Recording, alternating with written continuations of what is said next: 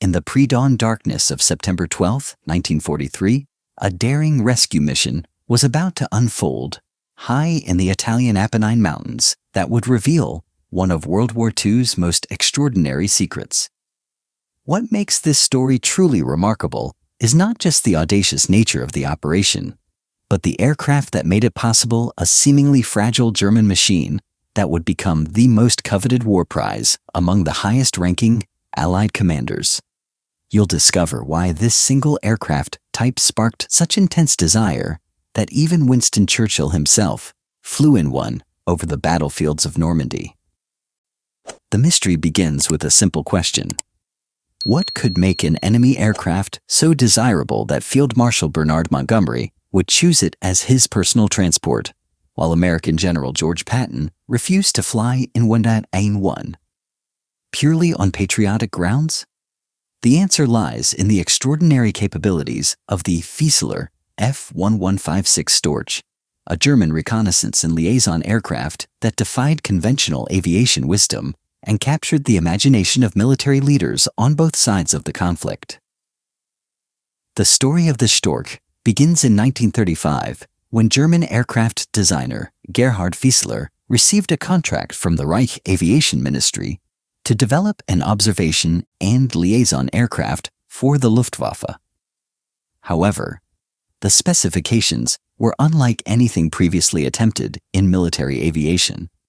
The aircraft needed to operate from the most challenging terrain, land in spaces barely larger than a football field, and fly so slowly it could almost hover in the air while maintaining complete stability. What emerged from Fieseler's design team was an aircraft that would revolutionize the concept of battlefield mobility. On May 24, 1936, the first prototype of the F-1156 took to the skies for its maiden flight. The aircraft immediately demonstrated capabilities that seemed to defy the laws of physics. With its remarkable short takeoff and landing performance, the Storch could become airborne in less than 200 feet and land within just 50 feet of touchdown. But the most astonishing feature was its incredibly low stalling speed of just 31 miles per hour, allowing the aircraft to maintain controlled flight at speeds that would cause other aircraft to fall from the sky. The secret behind these extraordinary capabilities lay in the Storch's revolutionary wing design. Fixed slats covered 55% of the wing's leading edge, while extending trailing edge flaps added nearly 40% to the total wing area when deployed. This innovative aerodynamic configuration allowed air to flow smoothly over the wing at extremely high angles of attack, preventing the aircraft from stalling even at dangerously slow speeds. The result was an aircraft that could literally hover in a strong headwind, making it invaluable for reconnaissance missions and battlefield observation. Powered by a 240 horsepower Argus AS-10 inverted V8 engine, the Storch achieved a maximum speed of 109 miles per hour with a service ceiling of 15,092 feet. While these performance figures might seem modest compared to the high-speed fighters of the era, they were perfectly suited to the aircraft's intended role. The Storch's operational range of 239 miles provided sufficient endurance for extended reconnaissance missions, while its rate of climb of 945 feet per minute ensured rapid deployment to critical areas. The aircraft's distinctive appearance earned it the nickname Storch, meaning stork in German, due to its exceptionally long landing gear legs that provided over 15 inches of travel. This ungainly-looking undercarriage served a crucial purpose, allowing the aircraft to operate from rough, unprepared airstrips that would destroy conventional aircraft. The shock absorption system meant that commanders could establish forward observation posts in locations previously considered inaccessible to aviation assets. As World War II erupted across Europe in September 1939, the Storch quickly proved its worth in combat operations.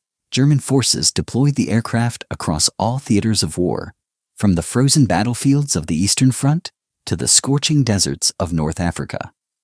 The Luftwaffe used the F-1156 to land German troops behind Belgian lines, early in the war to devastating effect, demonstrating the aircraft's potential as a covert insertion platform. However, it was the aircraft's role in high-level command operations that truly set it apart from other military aircraft. Field Marshal Erwin Rommel, the legendary Desert Fox, relied heavily on his personal Storch throughout the North African campaign, using it to conduct aerial reconnaissance of British positions and coordinate with frontline units. The aircraft's ability to land virtually anywhere allowed Rommel to appear unexpectedly at critical points along the front lines, earning him a reputation for being omnipresent on the battlefield. Hermann Göring, commander of the Luftwaffe, maintained his own Storch for personal transportation, as did other high-ranking Nazi officials, including Heinrich Himmler and Reinhard Heydrich.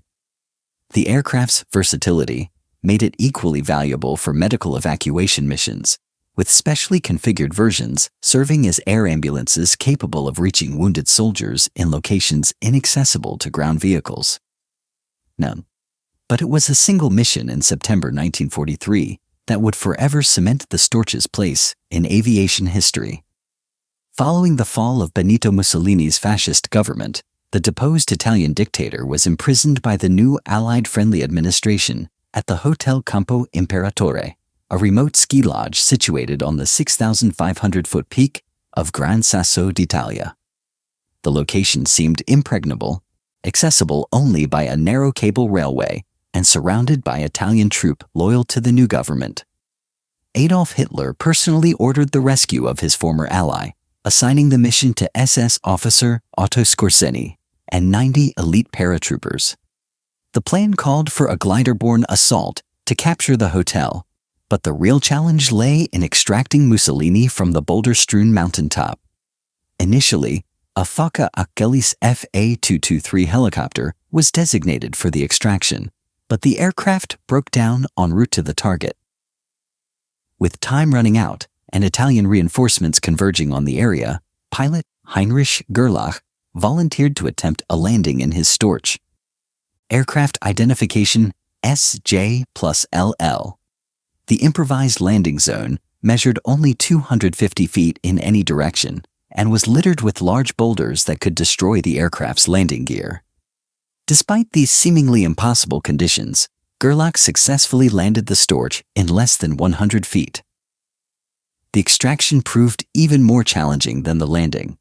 With Mussolini, Skorzeny, and Gerlach aboard, the aircraft was significantly overloaded, well beyond its normal operating limits.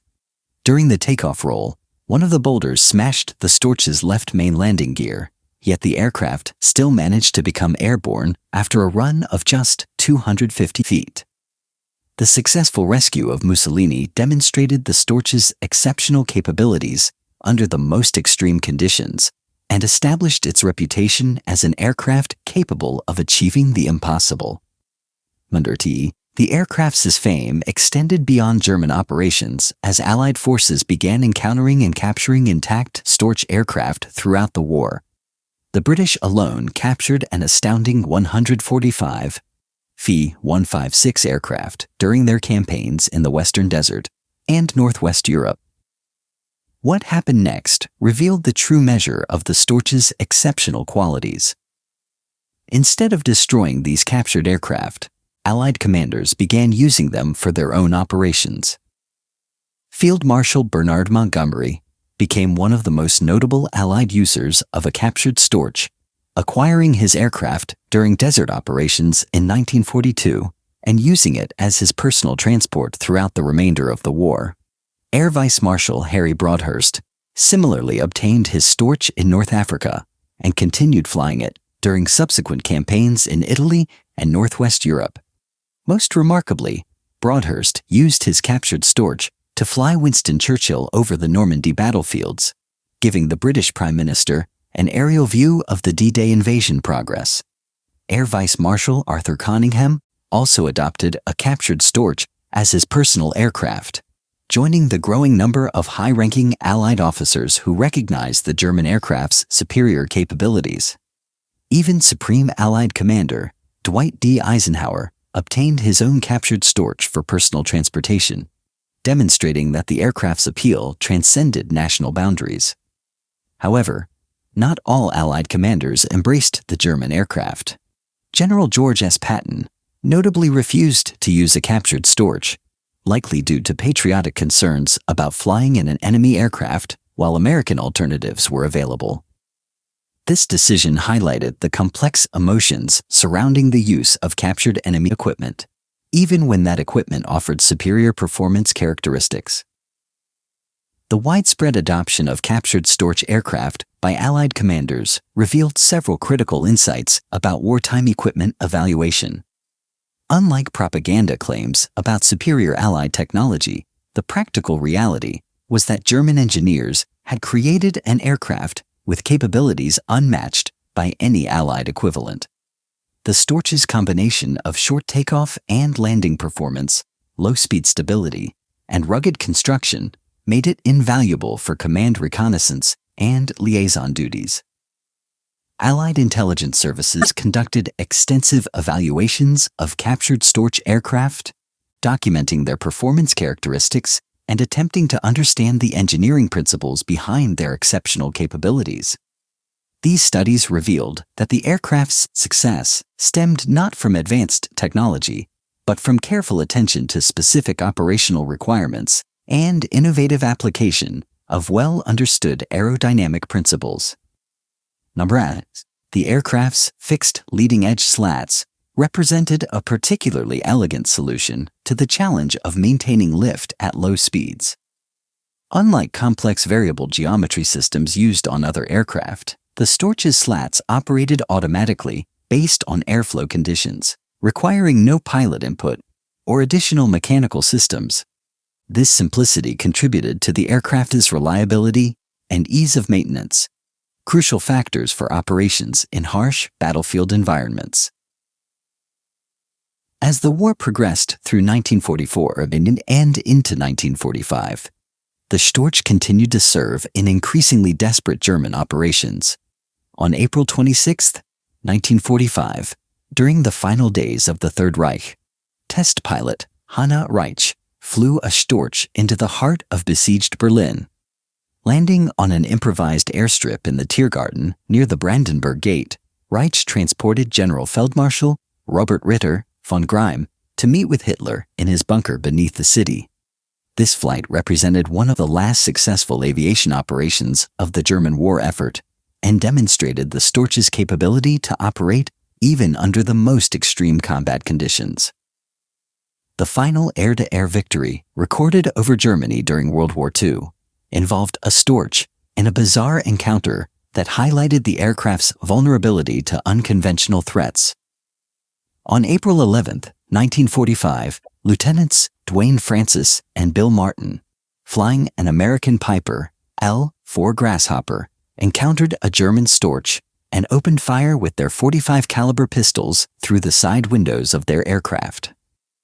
The German crew, faced with this unexpected attack, chose to land and surrender rather than continue the engagement.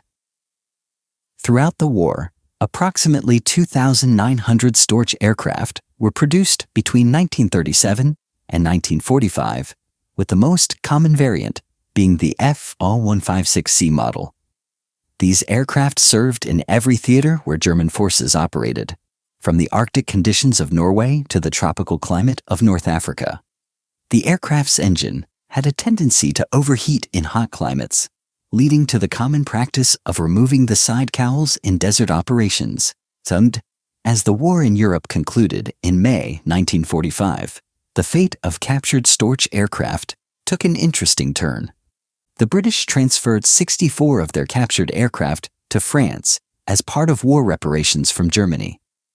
This transfer marked the beginning of an extended post-war career for the Storch design that would span more than a decade.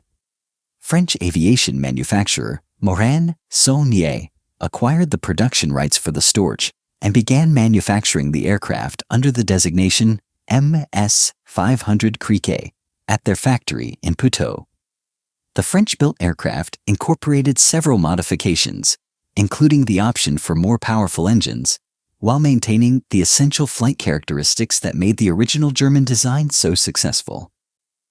both the French Air Force and the French Army, light aviation operated the Criquet between 1945 and 1958, deploying the aircraft in active combat operations during the Indochina War and the Algerian War. The aircraft's ability to operate from short, unprepared airstrips made it particularly valuable for counterinsurgency operations in Southeast Asia and North Africa, where conventional aircraft could not reach remote outposts and patrol bases. The Swiss Air Force also continued operating Storch aircraft after the war, using them primarily for mountain rescue operations, where the aircraft's short takeoff and landing capabilities proved invaluable. One of the most notable post-war rescue operations occurred in November 1946 during the Gauli Glacier crash, where two Swiss-operated Storches were the only aircraft capable of reaching 12 survivors stranded on the glacier. The Storch's post-war civilian career extended far beyond military applications. Agricultural operators discovered that the aircraft's low-speed flying characteristics made it ideal for crop dusting and aerial spraying operations. Forestry services used Storches for fire patrol and forest management, while air ambulance services appreciated the aircraft's ability to reach accident sites in remote locations. Even as jet aircraft revolutionized military aviation in the 1950s and 60s, the fundamental mission requirements that drove the Storch's original design remained relevant. The United States military's adoption of light observation aircraft, like the Cessna L-19 Bird Dog and later the Cessna O-1E Bird Dog, reflected recognition of the same operational needs that the German designers had addressed 20 years earlier. Modern analysis of the Storch's design reveals several engineering principles that influenced subsequent anti-aircraft development. The use of fixed leading-edge slats to improve low-speed handling became a standard feature on many general aviation aircraft. The emphasis on short takeoff and landing performance anticipated the development of modern stall aircraft designed for operations in remote locations. The aircraft's influence extended beyond pure engineering considerations to broader questions about military technology adoption and evaluation. The widespread Allied use of captured Storch aircraft demonstrated that effective military equipment transcends national boundaries, and that practical performance often matters more than political considerations in wartime operations. Today, surviving Storch aircraft remain popular attractions at air shows around the world, though most examples are actually post-war French-built criquets disguised with German markings. The Fantasy of Flight Museum and the Collings Foundation maintain airworthy examples of the aircraft, allowing modern audiences to witness the remarkable flying characteristics that made the Storch so desirable to World War II commanders. The story of the Fieseler F-1156 Storch represents more than just the history of a single aircraft type. It demonstrates how innovative engineering focused on specific operational requirements can create capabilities that transcend the political divisions of wartime. The fact that the highest-ranking Allied commanders chose to fly in captured German aircraft rather than their own nation's equivalent models speaks to the fundamental honesty of practical military evaluation.